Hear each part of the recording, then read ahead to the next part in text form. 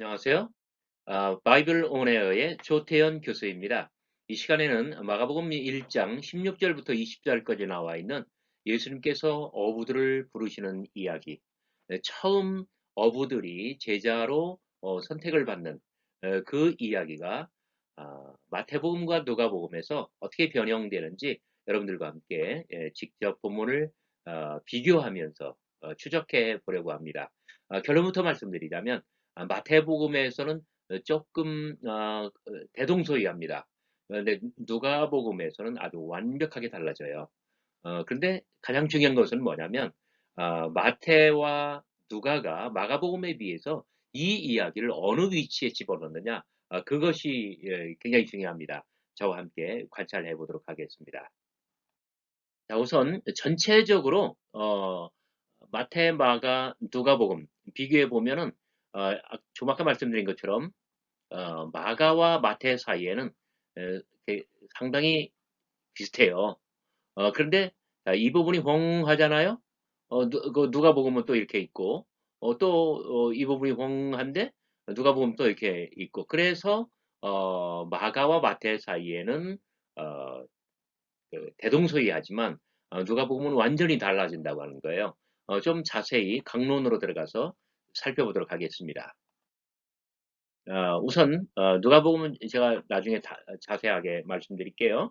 우선 마태복음은 마가복음에 비해서 베드로라 하는 시몬, 그냥 시몬이라고 하는 것을 두 형제 곧 베드로라 하는 시몬이라고 하고요.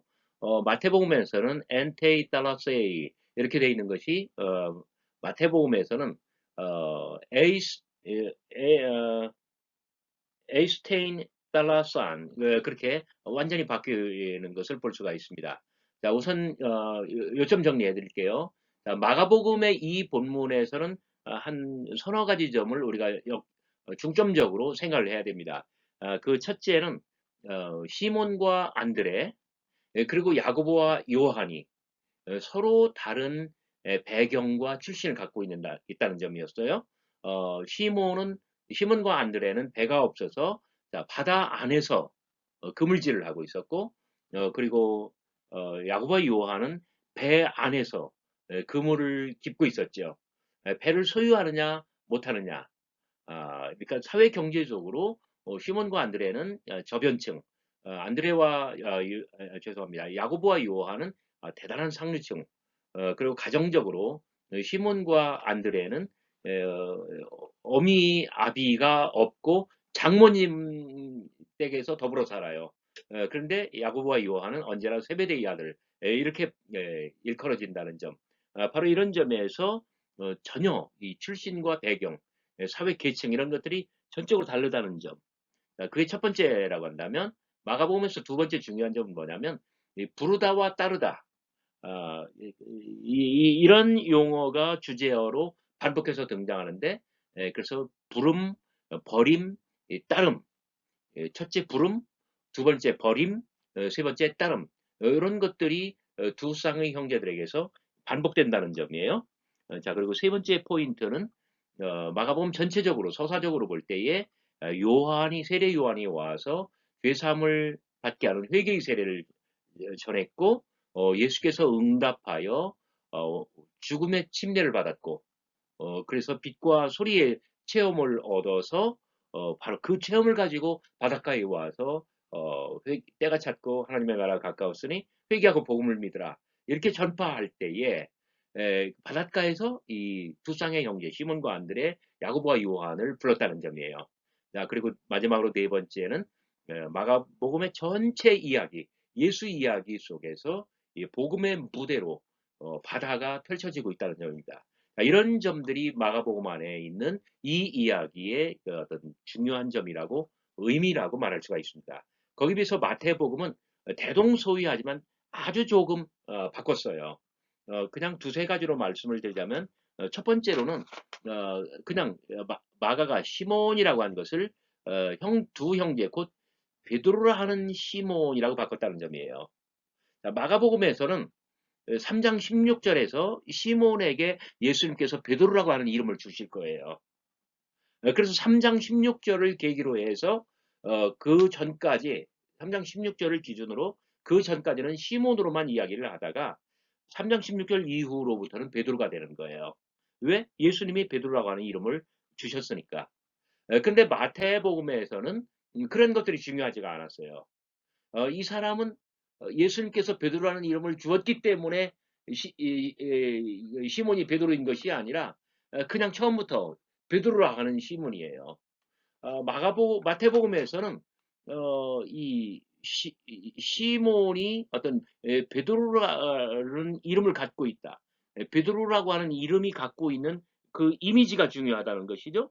그게 무슨 뜻입니까? 그건 뭐냐면 이 바위와 같은 어떤 그 성격이에요. 그래서 제가 바이블 온에어 유튜브를 열면서 이 인물 구현과 복음의 탄생 이런 개념으로 마가복음을 소개한 적이 있는데 마가는 그 시몬 또는 베드로를 등장시킬 때 어떤 사람으로 등장시키느냐? 나서기 좋아하고 막 성격 급하고 이제 그래서 언제나 일바따로 나서요. 그런데 예수님한테 좀 망신을 당하는 스타일이에요. 그리고 그 3장 16절에 예수님께서 시몬에게 베드로라고 하는 이름을 주셨지만은 이게 베드로가 이 돌, 바위 그런 뜻이잖아요. 그래서 이 돌짝밭에 어떤 떨어진 씨앗처럼 베드로는 마가복음 안에서 그렇게 행동을 해요. 그리고 3장 5절, 6장 52절, 8장 17절 세 번에 걸쳐서 마음의 굳어짐 그런 이야기가 나오는데 제가 그때마다 찬송을 부를 거예요. 돌 같은 내 마음 곧 녹여주소서. 그 마가복음에서 베드로는 이 마음이 강팍하고 돌같이 굳어져 버렸고 그래서 돌짝밭에 떨어진 씨앗처럼 예수님의 공생의 사역 내에서 그런 사람에 불과했다는 거예요. 나중에 위대한 수제자가 될 거예요. 예수 이야기가 다 끝난 다음에 근데 베드로에서 마태복음에서 베드로는 어떤 사람입니까? 예수님께서 베드로라는 이름을 주었기 때문에 그런 자가 아니라 처음부터 이 사람은 바위 같은 사람이에요. 묵직한 사람이에요. 바위처럼 살아가고파. 왜 대학생들 그런 노래 많이 부르잖아요. 베드로는 반석같이 묵직한 사람이고 변함없는 사람이고 그만큼 심지가 굳은 사람이에요. 이게 마태가 등장시키는 어떤 베드로의 인물 구현입니다. 그래서 16장 16절 주는 그리스도시로 살아계신 하나님의 아들이시니다 고백했을 때 너는 베드로라. 내가 이 베드로 위에 나의 교회를 세우리니. 그때 반석이라고 했지만 이 반석이 페트라, 베드로라는 뜻이에요. 음부의 권세가 흔들지 못하리라. 무엇인지 네가 땅에서 내면 하늘에서 내일 것이요. 땅에서 풀면 하늘에서도 풀리리라. 이게 마태복음에 나와 있는 그 베드로의 이미지입니다. 그래서 마태복음에서는 마가복음과 비교해서 베드로를 두 번째 항해 이야기, 어, 그, 베드로도 막 예수님을 따라서 정말 무리를 걷거든요. 믿음의 큰 걸음을 떼요. 그리고 16장 16절 이하 16절에 거기에서 신앙 고백을 하고 마태복음은 마가복음에 비해서 베드로를 아주 완벽하게 바위처럼 묵직한 사람, 변함없는 사람 이런 사람으로 등장시킬 것입니다. 누가복음은 제가 마지막 페이지에서 종합적으로 말씀을 드리겠습니다. 그러나 여기서 중요한 점은 뭐냐면 이 도입 자체가 완전히 달라졌다는 점. 갈릴리 해변에 가시다가 그거를 무리가 올라와서 하나님의 말씀을 들을 때 예수는 게네사렛 호숫가에 서서 호숫가에 배 두 척이 있는 것을 보시니 이들은 배에서 나와서 그물을 씻는지라 예수께서 한 배에 오르시니 그 배는 시몬의 배라 아주 완벽하게 달라졌다는 점.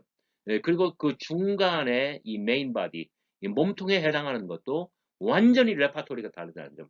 그런 정도만 이해하시면 되겠습니다. 다음 페이지로 넘어갈까요? 자, 이게 요 이야기는 제가 조금 이따 다시 말씀드릴까요? 자, 여기서 그 야고보와 요한은 마가복음에서는 배에 있어. 그런데 이 세베대의 아들을 다른 두 형제, 곧 세베대의 아들, 다른 두 형제 앞에 두 형제라고 했기 때문에 다른 두 형제라고 하는 거죠. 이거 뭐 큰 차이는 없습니다. 마태복음이 마가복음과 결정적으로 차이가 나는 정말 그 결정적인 포인트는 뭐냐면 어 그 마태복음 바로 오늘 이 이야기 그 직전에 4장 17절에 마태복음은 어 오늘 이 이야기의 바로 앞절이에요.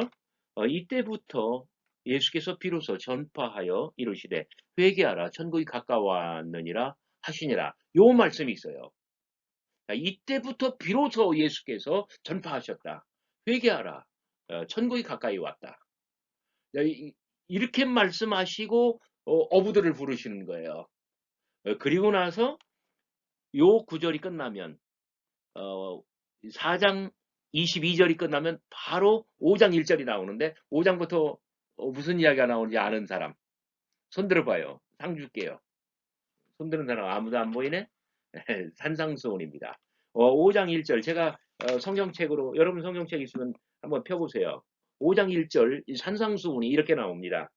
예수께서 무리를 보시고 산에 올라가 앉으시니 제자들이 나온지라. 그리고 2절부터 입을 열어 가르쳐 이르시되 심령이 가난한 자는 복이 있나니.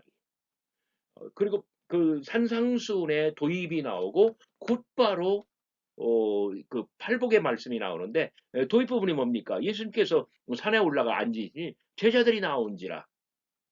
그러니까 종합하겠습니다. 어부들을 부르시는 이 이야기 직전에가 무슨 이야기냐면 이때부터 비로소 예수님께서 그 전파하여 가라사대 천국이 가까이 왔으니 회개하고 복음을 믿으라. 그리고 어부들을 부르셔요. 그리고 산상순으로 가는데 산에 올라가 앉으시니 뭐예요? 제자들이 나온지라. 결국 어부들을 부르시는 이야기는 예수님께서 세례 요한의 시대가 저물고 이때부터 비로소 예수의 시대가 와서 전파하셨다. 하나님의 천국이 가까웠으니 회개하라. 이렇게 전파하고 그리고 어부들을 불렀다는 거예요. 그리고 이 어부들은 제자가 되었어요. 그리고 예수님께서 어부들을 부르신 다음에 바다에서 바로 산으로 올라가십니다. 산에 올라가 앉으시니 제자들이 나온지라. 자, 요게 바로 마태복음의 특징입니다. 그래서 어부들을 부르신 이야기가 마태복음에서는 세례 요한의 시대가 저물고 예수의 시대가 새롭게 시작되면서 그들을 예수님께서 이 천국 복음을 새롭게 요한과 완전히 다르게 전파하시는데 어부들이 그러니까 어부들 구체적으로 누구예요? 베드로라고 하는 시몬과 그의 동생 야곱, 안드레, 그리고 다른 두 형제 야고보와 요한 이 사람들이 따르게 되었고 가장 대표적인 예수님의 제자가 되었다는 거예요. 그리고 나서 이제 산상수훈의 이 주옥과도 같은 말씀이 아주 웅장하게 펼쳐질 것입니다. 자, 여기에 비해서 누가복음은 어떻게 됐을까요? 누가복음은 뭐 완전히 다른 이야기를 펼쳐지네요. 글씨가 작아서 제가 여러분들에게 누가복음을 별도의 페이지에서 소개해 드리겠습니다. 자, 이겁니다. 자, 그 무리가 몰려와서 하나님의 말씀을 들을 때 예수는 게네사렛 호숫가에 서서 호숫가에 배 두 척이 있는 것을 보시니 어부들은 배에서 나와서 그물을 씻는지라. 그물을 씻는다는 것은 무슨 뜻일까요? 오늘 다 틀려서 꽝. 그러니까 그날 접는다는 이야기예요. 예수께서 한 배에 오르시니 그 배는 시몬의 배라. 육지에서 조금 떼기를 청하시고 앉으사 배에서 무리를 가르치시더니 말씀을 마치고 시몬에게 이르되 깊은 데로 가서 그물을 내려 고기를 잡으라. 시몬이 대답하여 이르되 선생님 우리가 밤이 새도록 수고하였으되 잡은 것이 없지만은 말씀에 의지하여 내가 그물을 내리리이다. 그렇게 하니 고기를 잡은 것이 힘이 많아 그물이 찢어지는지라. 이에 다른 배에 있는 동무들에게 손짓하여 와서 도와달라 하니 그들이 와서 두 배의 채움에 잠기게 되었더라. 시몬 베드로가 이를 보고 예수의 무릎 앞에 엎드려 이르되 주여 나를 떠나소서 나는 죄인이로소이다. 이는 자기 및 자기와 함께 있는 모든 사람이 고기 잡힌 것으로 말미암아 놀라고 세베대의 아들로서 시몬의 동업자인 야고보와 요한도 놀랐습니다. 예수께서 시몬에게 이르시되 무서워하지 말라. 이제 후로는 내가 사람을 취하리라 하시니 그들이 배들을 육지에 대고 모든 것을 버려두고 예수를 따르니라. 아주 완벽하게 다른 이야기가 됐어요. 혹시 생각나는 이야기 있나요? 모나미 153마리 여기서는 깊은 데로 가서 그물을 내려 고기를 잡으라 했지만 그 이야기에서는 배 오른편에 그물을 던져라. 요한복음 마지막 장인 21장에 나오는 이야기입니다. 그러니까 내용은 요한복음의 이야기하고 비슷해져요. 레파토리는. 그리고 어, 지금 언뜻 봐서 자 마가복음과 마태복음의 이야기에서는 말은 안 했지만 가버나움 바닷가예요. 그런데 여기는 게네사렛 호숫가라고 하고요. 그리고 거기서는 세베대의 두 아들 야고보와 요한에게만 배가 있지만 배 한 척이었어요. 근데 여기는 배 두 척이 있고요. 그건 그 세베대의 가문에 속한 배였지만 여기서는 시몬의 배라고 하고요. 또 시몬 베드로. 아주 완벽하게 시몬 베드로의 이야기로 만들고 있고요. 그다음에 그 마가복음에서는 시몬과 안드레, 야고보와 요한 두 쌍의 형제가 완전히 상류층과 하류층, 명문가와 무망가 이렇게 다른 이야기지만 여기서는 시몬의 동업자인 야고보와 요한도 그래서 배가 두 척이 있을 테니까 하나는 3절 말씀대로 시몬의 배가 될 테고 다른 한 척은 야고보와 요한의 배가 될 것 같아요. 이제 이렇게 아주 그 언뜻 보기에도 내용뿐만 아니라 이 설정 자체가 누가복음에서는 완벽하게 다른 이야기가 되고 있습니다. 내용은 요한복음 21장과 같아지고요. 그렇다면 이 이야기가 왜 마가복음 1장 16절 이하의 어부들을 부르시는 이야기와 비슷하다고 할까? 왜 어떤 뭐라고 할까요? 공간복음 비교할 때에 공간복음 대조표에 이 이야기가 마가복음, 마태복음 그 이야기와 동렬에 놓이는 것은 왜일까요? 자, 그것은 바로 여기 버려두고 따르니라. 버림과 따름. 예수의 초청에 모든 것을 버리고 따랐다라고 하는 요 점. 그 다음에 어부들이 부름을 받았다고 하는 점. 어부들이 그렇게 됐다는 점. 그 다음에 결정적으로 중요한 것은 뭐냐면 예수님 공생의 사역의 거의 최초의 시점에서 이 사건이 발생된다고 이야기하는 점. 요한복음에서는 어떻다고요? 예수님 부활하신 이후 마지막 장에서. 바로 이 세 가지 점 때문에 이 이야기는 마가복음과 마태복음에 있는 어부들을 부르시는 그 이야기와 이 어떤 동렬에 놓인다고 볼 수가 있습니다. 자, 그러면 이 이야기는 마가나 마태의 이야기와 비해서 어떻게 다를까요? 어, 근데 우선 문맥으로 볼 때, 누가는 이 이야기 바로 앞에 어떤 이야기들을 소개하냐면 이 가버나움 회당에서의 어떤 귀신 촉출. 그다음에 바로 가버나움 회당에서 나와 가지고 시몬의 집에 가서 시몬의 장모를 고치는 것. 그리고 그다음에 많은 환자들을 고치는 것. 이 세 개의 연속적인 사건이에요. 자, 첫 번째는 뭐라고요? 가버나움 회당에서의 귀신 촉출. 두 번째로는 뭐라고요? 회당에서 나와서 시몬의 집으로 가고 장모를 고치고 세 번째는 뭐라고요? 이름을 댈 수 없는 많은 환자들을 고치시는 것. 이 세 개의 이야기가 마가복음에서는 어부들을 부르신 다음 이야기로 들어가 있는데 누가복음에서는 어부들을 부르신 이야기 앞으로 간다는 점이에요. 이 점이 누가복음에서 어부들을 부르시는 이야기가 차지하는 위치인데 가장 중요한 포인트입니다. 그런데 특히 그러니까 이 이야기가 시몬의 이야기가 되잖아요. 여기 시몬의 배라 시몬에게 이르시되 자 시몬이 집중적으로 시몬이 말합니다. 내가 밤새도록 해가지고 다 꽉 났지만 그러나 말씀에 의지하여 내가 그물을 내리리다 하고 시몬이 주인공으로서 고기를 많이 잡아요. 그래서 시몬 베드로가 예수의 무릎 앞에 엎드려 주여 나는 떠나서 나는 죄인이로다 이로소이다. 그러니까 이 동업자인 야고보와 요한이 완벽하게 조연으로 물러가죠. 그러면서 예수께서 마지막으로 시몬에게만 말씀하십니다. 무서워 말라. 이제 후로는 내가 사람을 취하리라. 이렇게 해서 완벽하게 시몬의 이야기가 되는데, 자, 마가복음에서는 그 다음에 어떤 시몬의 집에 가서 장모를 고친다고 했죠. 요 사건 다음에. 그런데 누가복음에는 그 전에 있다고 했죠. 요 전에. 그러니까 시몬은 예수님께서 이 사건 전에 자기 집에 신방 오셨고 마침 장모님이 아프신데 그 열병으로 누워있는 장모를 고쳐내시고 시몬은 그걸 본 거예요. 그리고 자 제가 읽어드릴게요.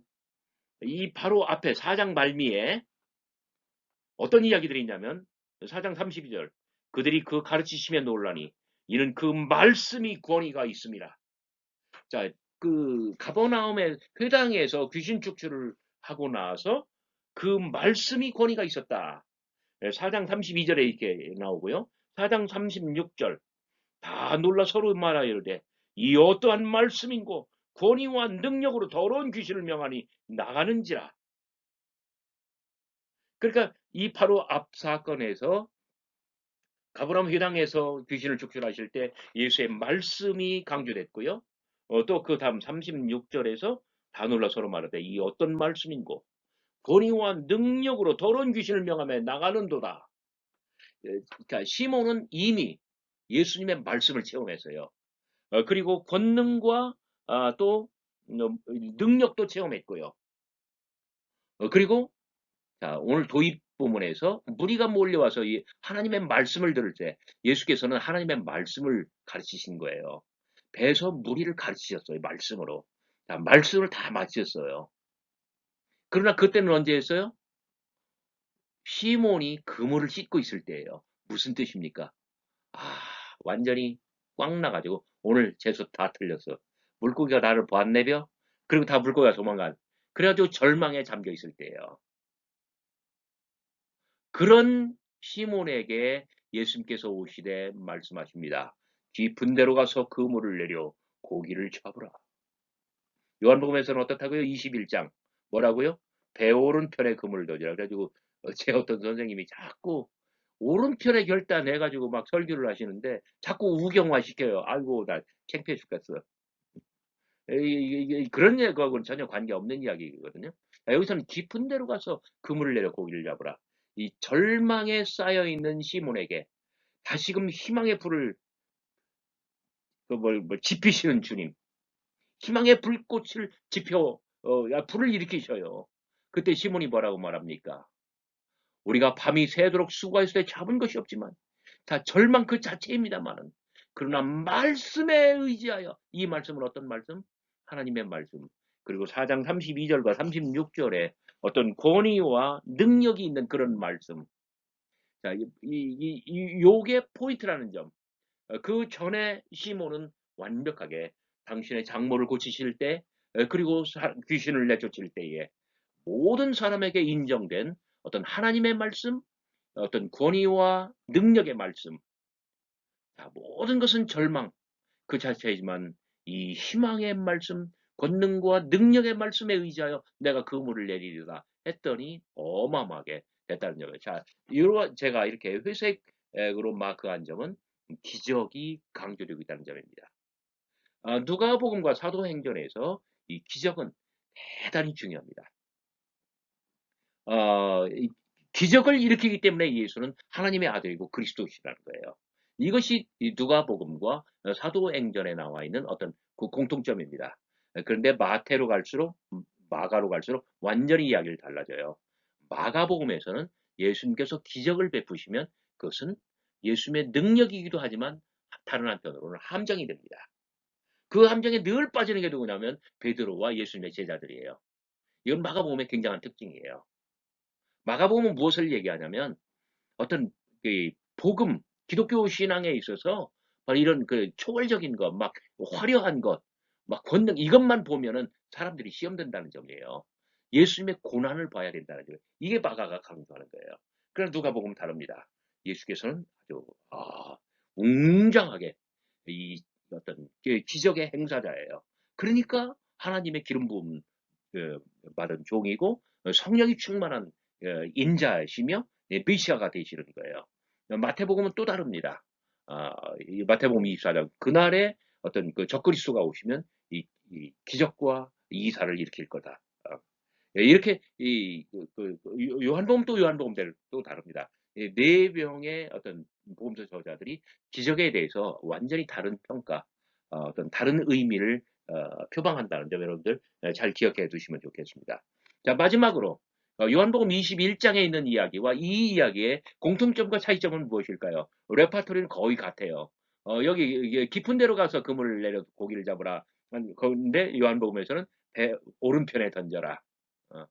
어, 그리고 요한복음에서는 예수님의 부활 그 이후거든요. 그리고 이 시몬에게 초점이 맞춰져 있는 것도 마찬가지예요. 그런데 요한복음에서는 이 사건 153마리를 잡고 시몬이 엎드려서 나를 떠나서서 하니까 뭐라고 해요? 내 양을 쳐라. 내 어린 양을 먹여라. 나의 불쌍한 양을 먹이는 목자가 되어라. 진실된 목자가 되어라. 지상 최대의 명령이 베드로에게 임하죠.